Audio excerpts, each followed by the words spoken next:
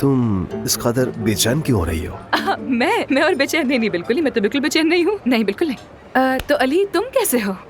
हमारी अलर्जी कुछ तल्ख थी, उस वक्त से बात नहीं हो सकी हमारी। वो सब गुजर चुका है। तुम जानती हो मैंने बाद में तुम्हें हक दिया, मुझे छोड़ने का तुम्हें पूरा हक था। मैंने हमेशा अपने करियर को तरजीह दी और तुम्हें नजरअंदाज करता रहा।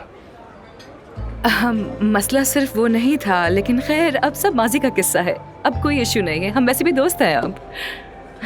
अफसून तुम इस तरह अजीब बर्ताव क्यों कर रही हो, जैसे हम एक दूसरे को जानते ही नहीं, अजनबी हो एक दूसरे के लिए हम दोनों।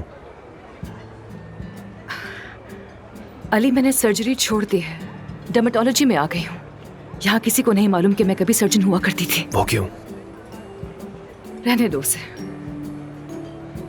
तुम्हारे पास अब भी कई राज हैं अफसून, मैं भूल चुका था। और मैं क्यों छुपा रहा हूँ कि मैं तुम्हारा पिछला बॉयफ्रेंड हूँ? अब तुम एक मशहूर डॉक्टर हो, सबको पता है तुम बरसों अमेरिका में रहे हो, और मैं तो गाजियाबाद समझ की गया, हूँ। बल्कि नहीं समझा, जाने दो। प्लीज तुम किसी से कुछ मत कहना, ठीक है? देखो देखो मेरी टीम वहाँ बैठी मुझे घूर रही है। मत देखो, कहा था ना मत देखो मत देखो मत देखो वहाँ, प्लीज मत देखो। ये सब लोग पता नहीं मेरे बारे में क्या क्या सोच रहे होंगे, शर्मिंदगी हो गई मुझे। मत देखो वहाँ, सुनो मेरी बात, मत देखो वहाँ। अफसून तुम बतौर बॉस अपनी टीम से कुछ ज्यादा नहीं डर रही हो? और वो आमिर, तुम दोनों की ज्यादा बनती भी नहीं।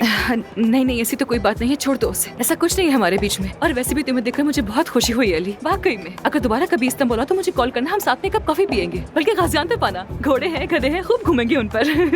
जरूर आऊंगा मैं।